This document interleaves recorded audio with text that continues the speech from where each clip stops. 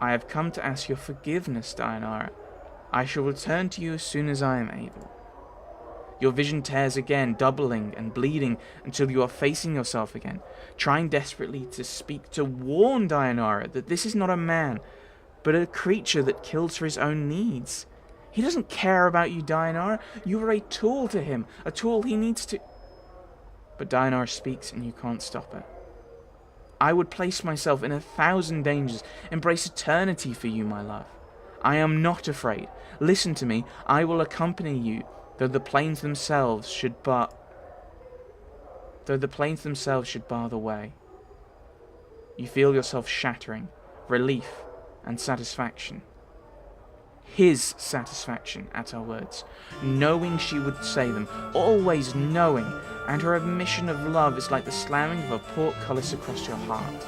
Trapped. She is yours, but you must be certain, so you drive the nail home. The way is dangerous. You must be strong.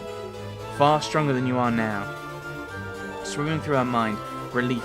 The wave of relief. The end of longing, yet longing for him more at his words, not noticing his manipulations. All you need to be is strong, and his path shall be as one with yours. Your thoughts are like fires, for you can be strong, stronger than he knows. You know no fear. You would die for him. I can be strong, my love. I will. Her words slide off of him like water. The serpent in her breast, the one piercing her heart with its poison, has been replaced by this serpent in the flesh. She sees nothing of this, and his next words are planned carefully. So carefully. I cannot say if we will succeed, Dianara, but I shall do my best to protect you, and I will expect nothing less of the same from you. You may be required to make some sacrifices. At that final terrible word, you feel yourself being torn apart. He means her harm. He means you harm, for you are her, and he means to hurt her. Yet you need her to be harmed. And you want to scream at her that she is in danger. Run, run, Dianara, for his eyes unmake all things, and... Of course, my love, life is sacrifice. This I have learned. You, she, her, you speak the words, and in it you feel yourself dying inside. You are a spectator, and you have watched a woman die, for the words are a death sentence. Yet still she speaks, unheeding, uncaring. I left a legacy in my father's keeping, my love. Ask for the 6th, the 3rd, the K, and the S. In it I bequeath everything to you. It is not much, but with it I left... Updated my journal. You. Him. A wave of irritation washes over you. You clench your teeth to prevent the irritation from crossing your features. Must she always continue to prattle even when you do not prompt her? Must she? But no. No. Keep the irritation inside. Only a trace slips out. Come now. I cannot die, Dianara. There is no need for such foolishness. Her, you, she is overcome with fear. Fear that revolts you, and the fear wells up inside her. You as you watch him frown, and you hasten to correct him. He must know the reasons, and know the wisdom behind them, so he's impressed with your planning. Speak before he turns away. I know I often act foolishly, my love, but you said yourself that you can forget things if you're badly hurt. There are things in the legacy that could help you remember should you forget yourself. Updated my journal. You coldly regard her through your eyes, tracing your gaze along her furrowed brow, wrinkled with worry, desperation. She has acted as you expected, yet there is something in what she says. Perhaps. Yet I hope nothing in this legacy is of value. I do not want you to leave any things here in some safe that could be of some use on our journey. Her illusion is shattered just for a moment. You watch, silent, as the emotion falls to the ground, splintering like silvered glass. Of some use. Such a casual statement. Yet even Dianara sees. And you hope just for a moment. You hope that she sees him for what he is. The serpent. The serpent. And your hope dies, as in Dianara's eyes the emotion is rebuilt. The slivers being drawn from the ground, the illusion rebuilt. But the slight sliver of pain remains. He thinks you have done something foolish. Yet you did it for him. You must make amends. But how? You must convince him the legacy is unimportant, but it isn't, it's everything. The legacy, my love, it just has a few things to help you remember. The scythe of words falls on Dianara, so quick, so sharp, you cannot follow its arching. A legacy? The things you do, Dianara, such romantic gestures. No matter. No, you, Dianara, you've driven him away again. Like you did the night before. You feel the serpent stirring again, reborn, curling around your heart. There is the softest of hisses, yet he does not hear. Would you wish to leave a legacy, my love? For yourself or for anyone you would want to?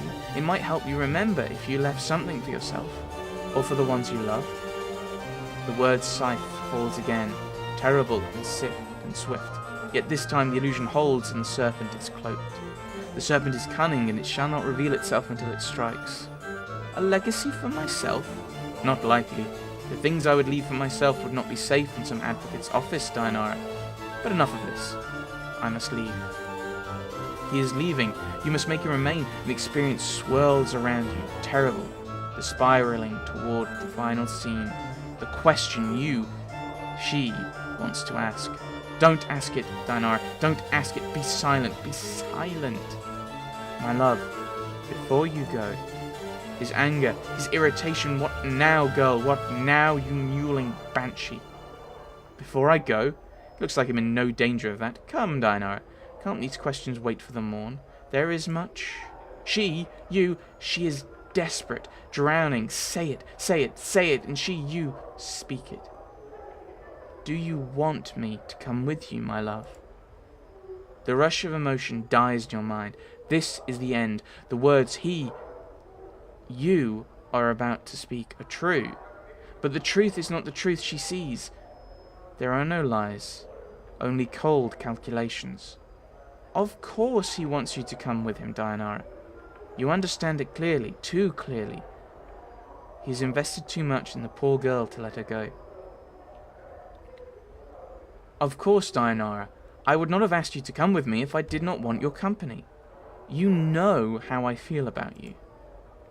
There is a cold silence in his mind, then a hissing of a thought, a response sharp and deadly like a dagger blade.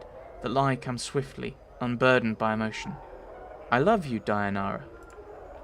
And you want to scream as you feel the lie wash over her like a radiance, but it is a shadow of truth, a serpent's kiss, and he means you harm, and she can't see. You want to call out, but she's crying with joy, even as. Cry with joy, with frustration, with joy, with despair. The emotion washes over you like you're drowning. And you need to speak, you long to speak, but you cannot, and you scream. Scream as you tear your hands from the stone. Bloody tears rushing from your eyes, running in streams down your arms, your hands to coat the stone. Blood, her blood, and you can't warn her, and you can't stop crying. Anna is watching you, terrified. She looks like she wants to step forward, help, but she is paralyzed. Yeah. Are you alright? Yes, I just need a moment. Anna is silent, staring at you, hypnotized. Your blood drips upon the floor, each tear splattering into a crimson circle as it strikes the flagstone of the sensorium. What did you see? What did you see in that fiend stone? Longing. Anna frowns, confused, and stares daggers at the sentry stone as if she's thinking about shattering it. Aye? I'm longing to break that stone, I am, to tear you up so much. No. I just need a moment, Anna. I'll be fine. As much as you want to hurl the memory of the experience from you, you hold it fast because you know that it is important to remember it. It was you in that experience. It was Dianara's experience, but because it was you, your memories flooded you, and you could feel both sides at once. Who were you? Who was that shade of you? Turn from the stone and leave.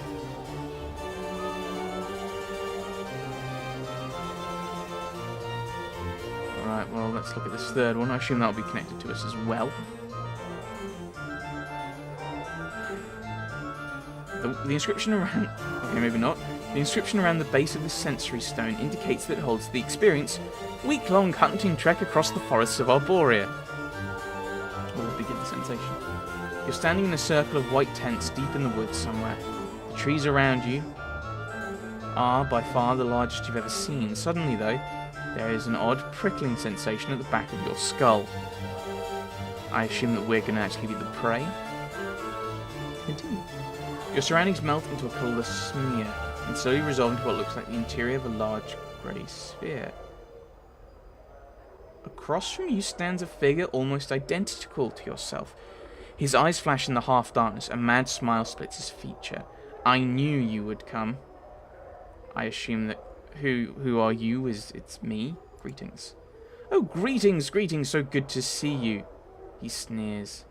I bid your murderous tongue be silent. That's right, murderous. Your pretend innocence is laughable.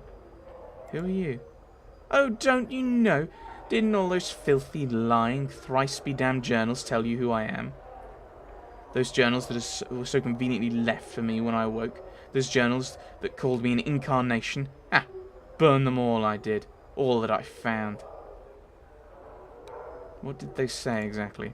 They spoke lies, lies, lies, and nothing more. Filth about a man who forgets himself. Other incarnations of preserving their experiences in writing so later lives could benefit. Thieves! It's my life, mine. You'll want to steal my body and you won't have it. You're one of my earlier incarnations. He crosses his arms and looks away. If you'd put stock in such trash, yes. What did those lying journals say? They oh, right, yeah. Where am I? Oh, this! He gestures around him, snickering. Just a little trap, is all. I realise that killing you body thieves might not be enough. I might have to trap you, ensnare you for eternity. You may have realised by now that there's no way out of this sensory stone. Your mind is locked here. You'll note the rather sparse surroundings I've left for you, all to help the madness set in good and quake while your flesh rots away. He chuckles evilly. I have some questions then. Your earlier incarnation crosses his arms and looks away indignantly. Save for a few more tufts of hair on his head, he's identical to you. Even his arms have most of the tattoos yours do. Did you put those tattoos on? No. He looks distraught. That one incarnation, that practical one, did. I tried to burn them off, but the skin regenerates with the tattoos still on them. I tried to tear them off, stain them with acid. I hate them. Why? His eyes flickering comfortably. It is maddening to feel the eyes upon you, reading your body like a book. Well, as you mention it, let's try and read them. His eyes grow wild. Stop that! Stop reading me! He tries to cover himself with his arms, turning away from you. Okay, fine. How did you make this trap? Can't tell you that. It'll never be replicated. The magics used in its creation were lost even to me. Clever it is, though. One experience hidden beneath the other, so that no flesh but my own would set it off.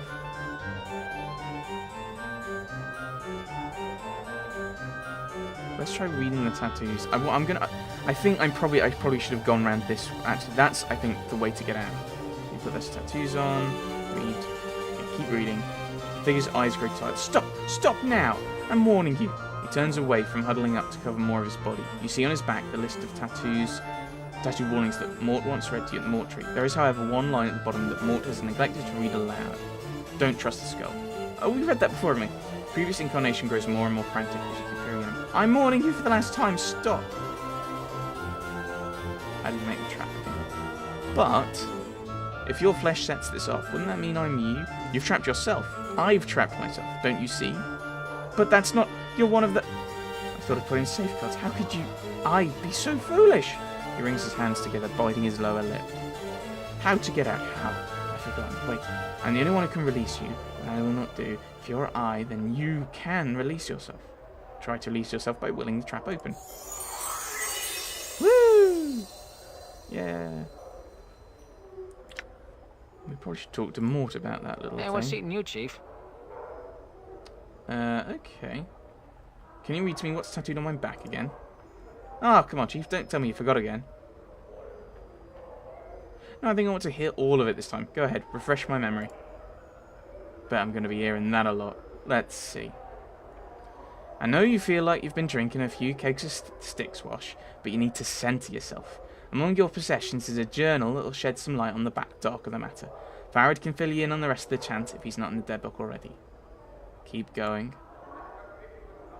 I will, hold on. Mort pauses a moment. Alright, here's the last bit. Don't lose a journal, or we'll be up the sticks again. And whatever you do, do not tell anyone who you are or what happens to you, or they'll put you on a quick pilgrimage to crematorium. Do what I tell you. Read the journal, find Farad. Go on. What does it say after that? What are you talking about, Chief? There isn't any more. What about don't trust the skull? Updated my journal. Oh, that bit at the end. Well, I figured it was washed. I didn't read that line out loud. Oh, really? And what do you think it means? Do you think it refers to you, perchance? I doubt it. I mean, you can trust me, right, Chief? Are you lying to me, Maud? No, come on. What's your problem, Chief? I haven't steered you wrong yet.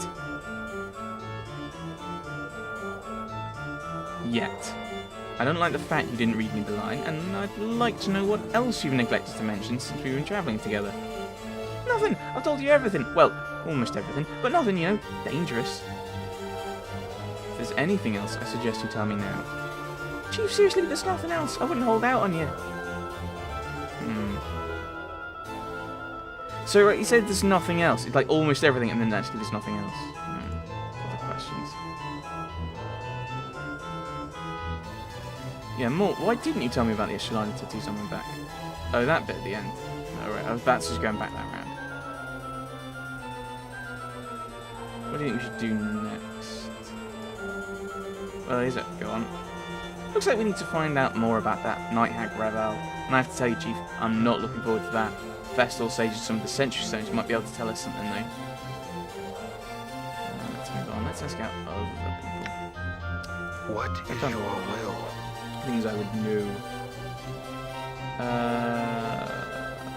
Our travellings. What can you tell me about Sigil? Known by the name. It's known as. It doesn't know about Sigil. Oh, okay. We've already gone through that. Never mind. Let's talk to Anna. What is it you want then? Oh yeah, I think she has a bunch on the. Or am I? I'm gone. Just remembering something else.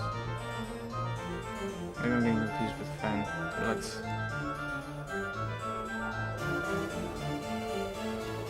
Oh, she didn't like Fen because he crossed the. He basically crossed the.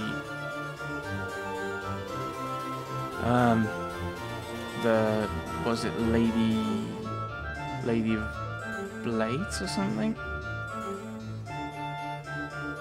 I think, and Revel's been sent off because she's crossed the Lady of Blades, so I assume we're in a similar position now. I could go back to Reekwind and try and see if there's like a... is there a...